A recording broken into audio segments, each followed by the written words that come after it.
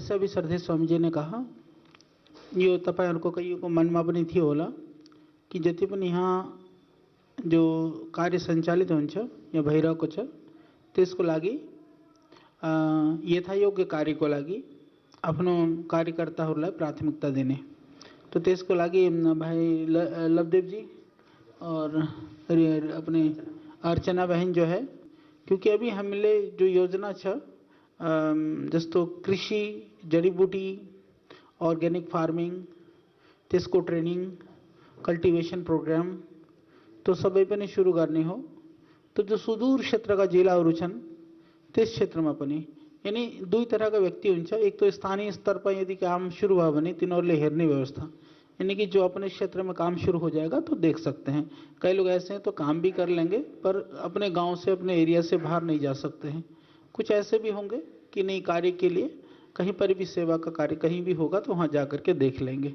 तो दोनों ही तरह से वो अपना बायोडाटा दे सकते हैं और उसके नीचे लिख करके दें कि सेवा आप अपने ही क्षेत्र में करेंगे या आप बाहर जा कर के भी कर सकते हैं। तो 2, 3, 4 जिलों को लेकर के एक एक व्यक्ति को या अंचल लेवल पर कम से कम थोड़े एक्टिव जो हम योग शिक्षक हैं 15-20 शिक्षक अपना योग प्रशिक्षक को रूप में, हाँ युवा थोड़ा एक्टिव हो सब वगैरह सभी जगह को जो क्लासेस हो रहा कोऑर्डिनेट गर्ने पनि और आफ्नो क्लासेसहरु पनि लगाउने और जहाँ कक्षा छैन त्यहाँ कक्षा बढाउने, त्यसको लागि काम गर्ने। त्यसमा बहिनीहरु पनि हुन सक्छन् या भाइहरु पनि हुन सक्छन्।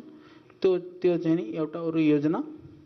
त्यसबाहेक अरु थुप्रै योजना छ। मेनली जस्तो मैले भने कल्टिवेशनहरुको लागि पनि अरु गाईहरुको लागि पनि हामीले पहिले पनि सोचेको, हिजो पनि कुरा भइरहेको थियो। लिगली इन्डियाबाट नेपालमा गाई ल्याउनलाई अलिकति द इन्डिया गभर्नमेन्टको रुलको एकर्डिङली गाईलाई एक्सपोर्ट गर्न सकिँदैन होला। तो फेरि पनि त्यसको केही उपाय खोजौँला। तो त्यसको लागि पनि योजना थियो। अरु पनि कोही पनि योजनाहरु भएमा, क्योंकि आप सब इस बात को अच्छी तरह से जानते हो। देखो 2 बातें हैं। एक बात तो ये है कि कई बार ऐसा होता है कि आप कुछ लोगों को कुछ जिम्मेदारियां या कुछ संसाधन के लिए कुछ उपाय मिल जाता है, कईयों को कई बार नहीं मिल पाता है। इसका अर्थ ये नहीं है कि हमारे मन में भावना नहीं है, थोड़ी सी समय की आवश्यकता होती है। तो उसमें भी मन से आप सेवा में जुटे रहें। और कभी कभी ऐसा भी होता है कि पहले आदमी ज़्यादा सेवा देता है, पूरी उत्कंठा से, पूरी ऊर्जा से लगा रहता है, फिर थोड़ा सा इसको प्रोत्साहित रूप में कुछ साधन मिलना शुरू हो जाता है।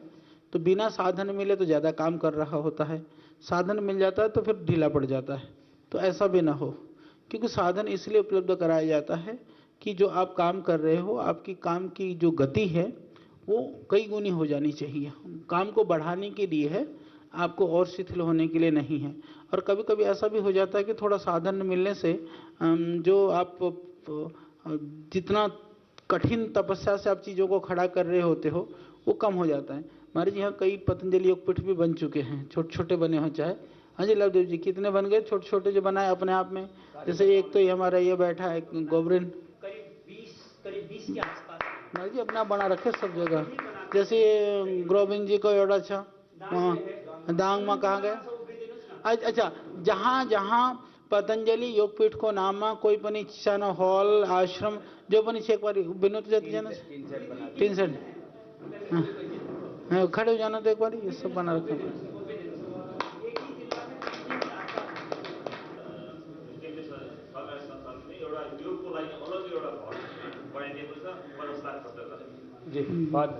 हाँ, महेन्द्रनगर आउँदाखेरि कैलालीतिर यताउता मैले कई ठाउँमा देखेको पनि हो।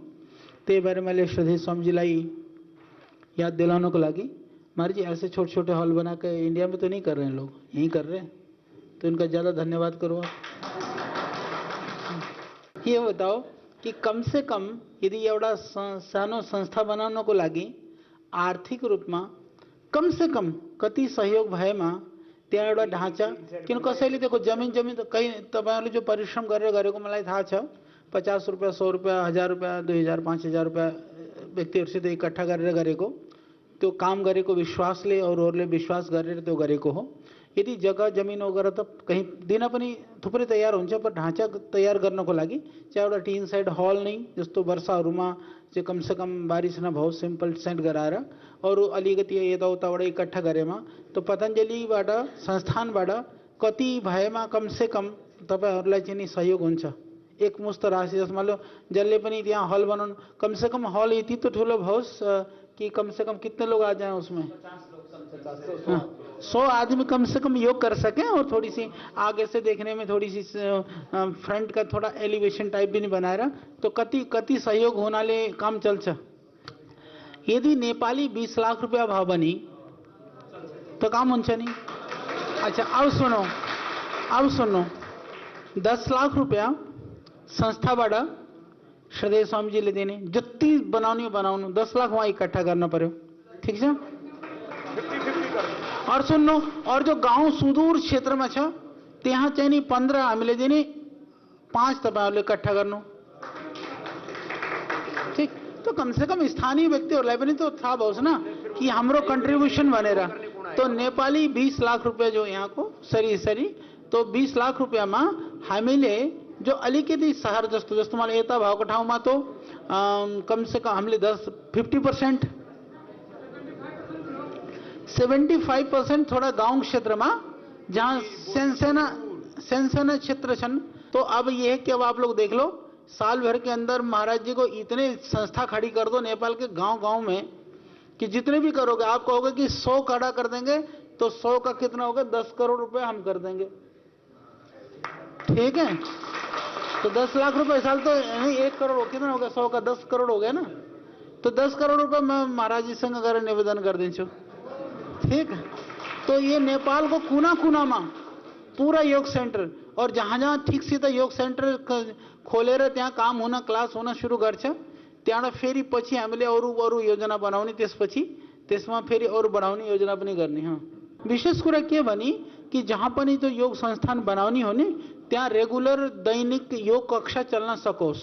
यस्तो ठाउँमा कि जहाँ पर समूह जस्तो आसपासका क्षेत्रका व्यक्तिहरू प्रतिदिन योग गर्नको लागि आउन सकुन् कि यस्तो नहीं कि बोले अब मेरो तो बोले बारी छ बोले वो वहीं बना लो योग सेंटर। ऐसा मत कर लेना कि हाँ टप्पड़ अपनी बारी में ले जाकर मत डाल लेना।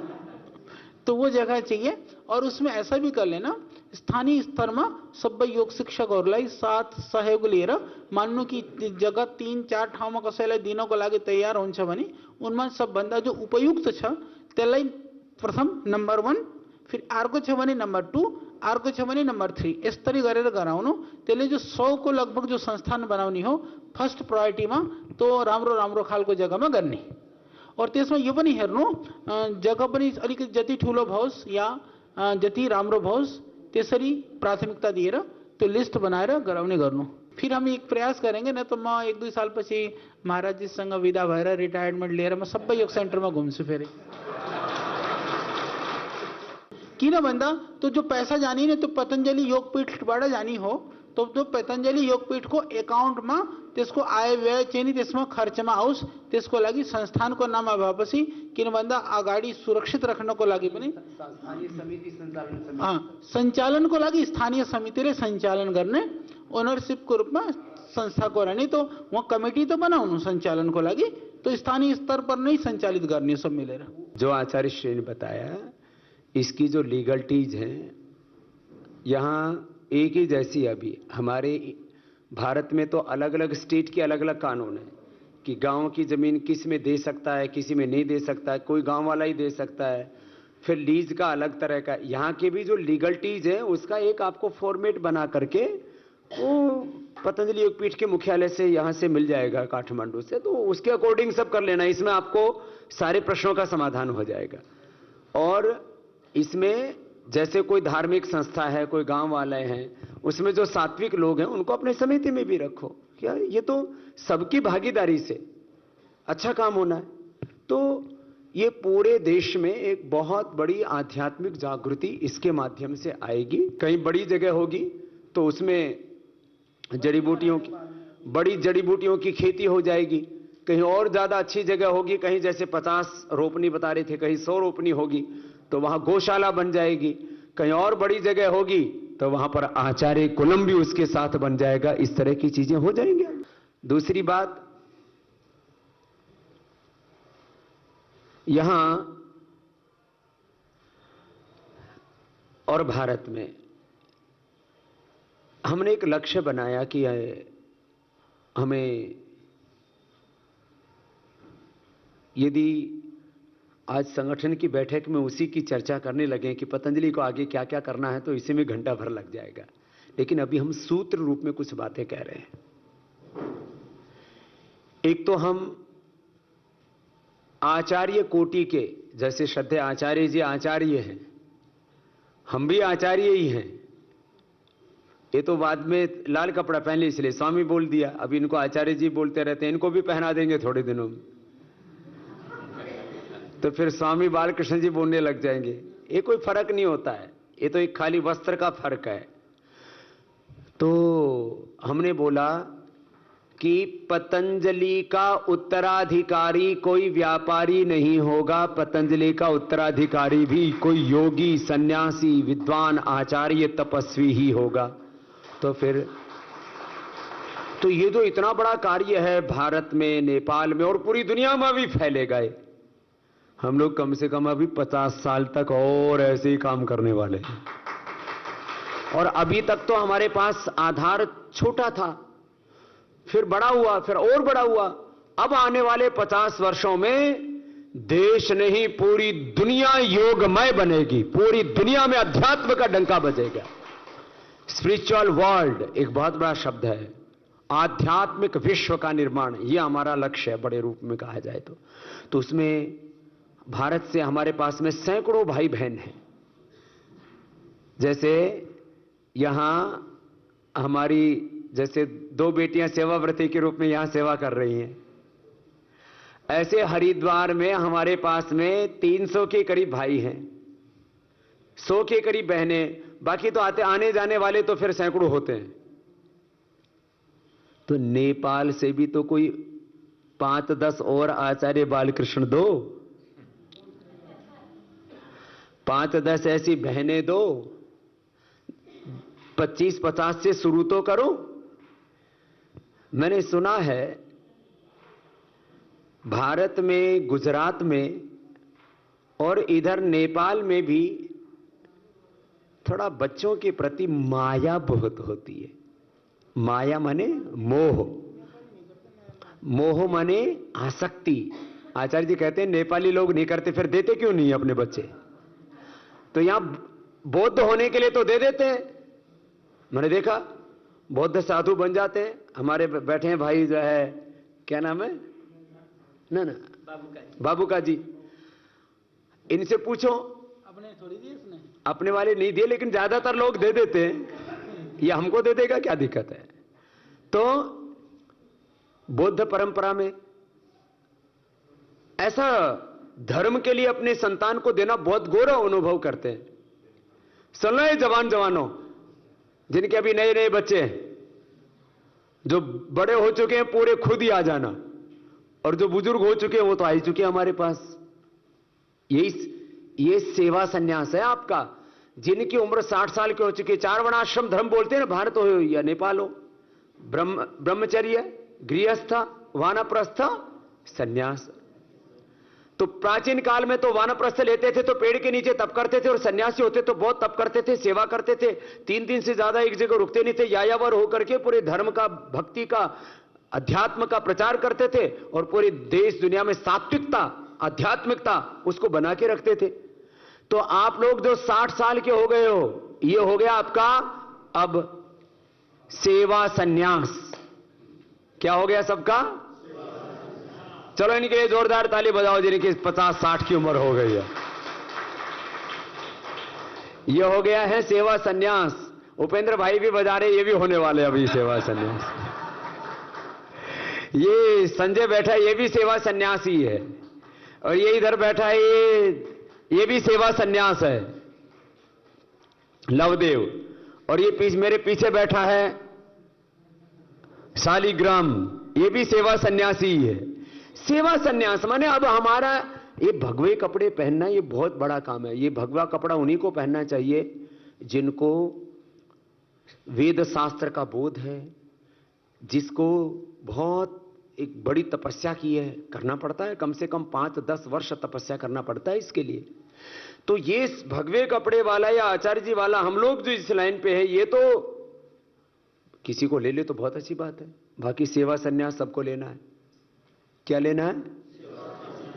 और बाकी जो आपके जवान घरों, जो जवान बेटे बेटियां हैं, कोई 10वीं 12वीं पास हैं, कोई जो है BA MA पास हैं। हमारे पास तो बहुत बच्चे, आप देखते रहते हो ना वैदिक गुरुकुलम और वैदिक कन्या गुरुकुलम के कार्यक्रम, वहां भी जाते रहते हो। तो ऐसे बच्चे कितने दोगे हमको ढूंढ ढूंढ के? कुछ अपने दे देना, कुछ पड़ोसियों के। कितने दोगे?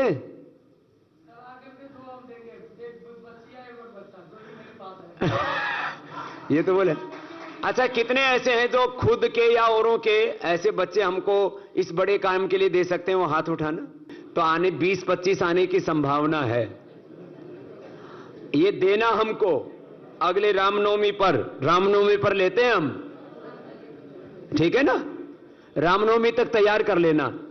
ये तो हो गया, एक तो सेवा संन्यास, और एक ऐसे सेवाव्रती ब्रह्मचारी ब्रह्मचारिणियां, ऐसे सन्यासी बनाने वाला ना, विद्वान सन्यासी।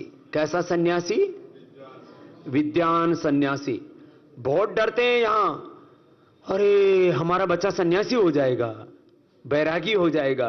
क्या बोलते हैं इधर नेपाली में? जोगी हो जाएगा। जोगी। आचार्य जी की माता जी बहुत डरती थी, लेकिन ये तो हो गया। जोगी हो जाएगा, जोगी हो जाएगा। अब मां को लगता है कि मेरा बेटा जोगी हुआ तो हमारा गौरव, हमारा यश, हमारा पुण्य, वो जन्म जन्मांतरों का हमारा पुण्य भर गया, कुल वंश तर गया, ऐसा। लेकिन उसके लिए थोड़ा धीरज करना पड़ता है। हमारी मां भी बहुत रोती थी, उसको लगता था हमारा बेटा जोगी हो जाएगा। हमारे यहां भी गांव में जोगी होना ही बोलते हैं। हमारी मां को लोग बहुत ताना देते थे, तेरा बेटा जोगी हो गया, उस तेरे को खाने को नहीं दिया गया, तेरा बेटा जोगी हो गया, तो अपने एक बेटे को नहीं खिला सकती, तेरा बेटा जोगी हो गया। और हम लोग तो भिक्षा मांगते थे, ऐसे बाल्टी भर के 40 बच्चे रहते थे, उसका हम अकेले लाया करते थे। इनको भी हमने खिलाया भिक्षा मांग के। ये थोड़े स्मार्ट थे शुरू से ही।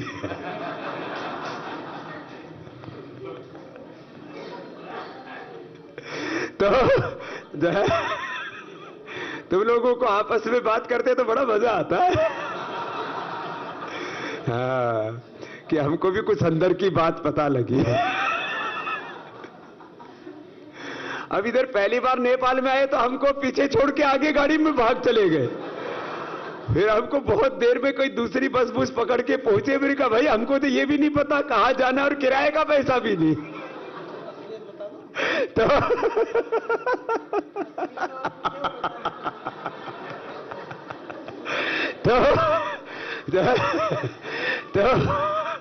जो है सुनो,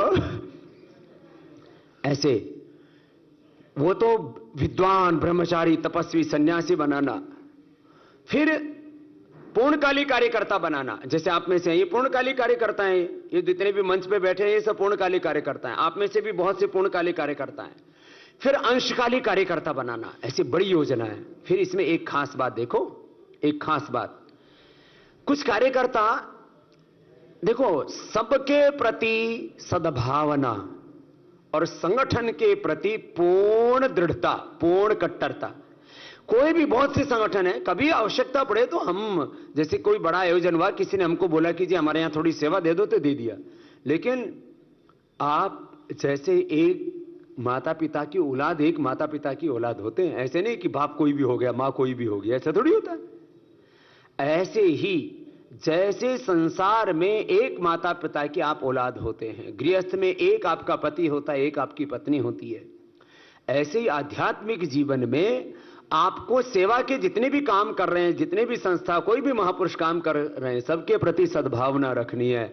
लेकिन आप शिष्य हो स्वामी रामदेव के, आचार्य बालकृष्ण के, और संगठन है आपका पतंजलि, तो उसमें ऐसी दृढ़ता होनी चाहिए। ऐसा नहीं गंगा गई गंगादास, जमुना गई दमनादास, बहना नहीं है, बहकना नहीं है। कुछ हमारे कार्यकर्ता बहक जाते हैं कभी कभी। हम किसी को कभी भी, हमारा सिद्धांत है, ये हमारी मर्यादा है, ये हमारी ऋषियों की, गुरुओं की परंपरा है, हम कभी भी किसी को गलत मार्गदर्शन नहीं देंगे, लेकिन आपको सही मार्गदर्शन देना यह हमारा कर्तव्य है। और वो ये कि आपको अपनी जो संगठन निष्ठा है, जो गुरु निष्ठा है, उसको अखंड रखना है। नहीं तो बड़ा कार्य जीवन में नहीं होता, बड़ा रूपांतरण जीवन में घटित नहीं होता। आप भाई बहनों को ऐसी निष्ठा के साथ इस संगठन में पूर्ण समर्पण के साथ कि मेरी गुरु निष्ठा, मेरी संगठन निष्ठा अखंड रहे, ये भावना रखने। फिर इसके साथ साथ यह भी आपको ध्यान रखना है कि इसमें और भाई बहनों को भी अवसर दें। आप में से जो बड़े बुजुर्ग हैं वो मार्गदर्शक के रूप में, संगठन के अंदर वो संरक्षक के रूप में और किसी को आगे कर दिया। कोई बुजुर्ग, अब हमारी बहनें कितनी कितनी, जैसे यहां बता रहे थे अभी, क्या नाम है का, बहुत उम्र वाली है लेकिन बहुत सेवा कर रही है, मिथिला किधर है? अब देखो इतनी उम्र वाली है और इतनी ऊर्जा से काम करती है, तो अब इसने और बहनों को तैयार कर दिया। कितने बहनें योग शिक्षक बना दी माता? 325 बहनों को योग कार्यकर्ता बना दिया, उसमें कुछ शिक्षक भी बन गए। 325 आपको ऐसे तैयार करना है। इस बार महिलाओं के कार्यक्रम में जो हरिद्वार गए, इन्होंने ही पूरा अपना वो काम किया महाराज। सर्वाधिक कार्य किया महिला शिविर में भी, 300 से ज्यादा महिलाओं को तैयार कर दिया। तो हमारे कुछ कार्यकर्ता क्या सोचते हैं, बैठो मिथिला माता। अब ऐसे आप में से कुछ भाई हैं, अरे और कार्यकर्ता यहां तैयार हो गया तो मेरी पूछ कम हो जाएगी। पूछ समझते हो ना, एक तो पूछ होती है वो पीछे लटकती है। हाँ, ऐसे आप भाई बहनों को क्या करना है, और को तैयार करो। आपकी औरों को तैयार करने से आपकी प्रतिष्ठा बढ़ने वाली है, आपका गौरव, आपका सम्मान, और सबसे बड़ा आपका पुण्य बढ़ने वाला है। इसे औरों को तैयार करो, ऐसे तैयार करना है। फिर ये तो मैंने थोड़ा एक संगठन निष्ठा के बारे में कहा। अभी पतंजलि के जो बड़े प्रोजेक्ट थे, मैंने कहा एक तरफ हमें विद्वान ब्रह्मचारी आचार्य तैयार करने हैं उत्तराधिकारी के रूप में, पूर्णकालिक कार्यकर्ता तैयार करने, कार्यकर्ता तैयार करने, शिक्षा का काम करना है, स्वास्थ्य का काम करना है, अनुसंधान का काम करना है। फिर ये सारे कार्य कैसे होंगे? याद रखना, जिसके पास में इकोनॉमिक पावर नहीं होती वो दुनिया में कुछ भी नहीं कर सकता। इसलिए आर्थिक शक्ति को भी बढ़ाना है। अर्थ की नींव पर ही धर्म खड़ा होता है। जहां अर्थ नहीं होता वहां अनर्थ होता है, कोई सार्थकता नहीं आती है। इसलिए, और ये नेपाल देश के बारे में भी कह रहा हूं, आपके जीवन के बारे में भी कह रहा हूं, आपके पारिवारिक जीवन में यदि दरिद्रता है, पॉवर्टी है, तो आप पावरफुल नहीं बन सकते कभी भी। पारिवारिक जीवन में भी समृद्धि होनी चाहिए, सात्विक समृद्धि, तामसिक राजसिक समृद्धि नहीं, सात्विक समृद्धि आपके घर में हो, आपके परिवार में हो, अपने राष्ट्र में हो और अपने संगठन में हो।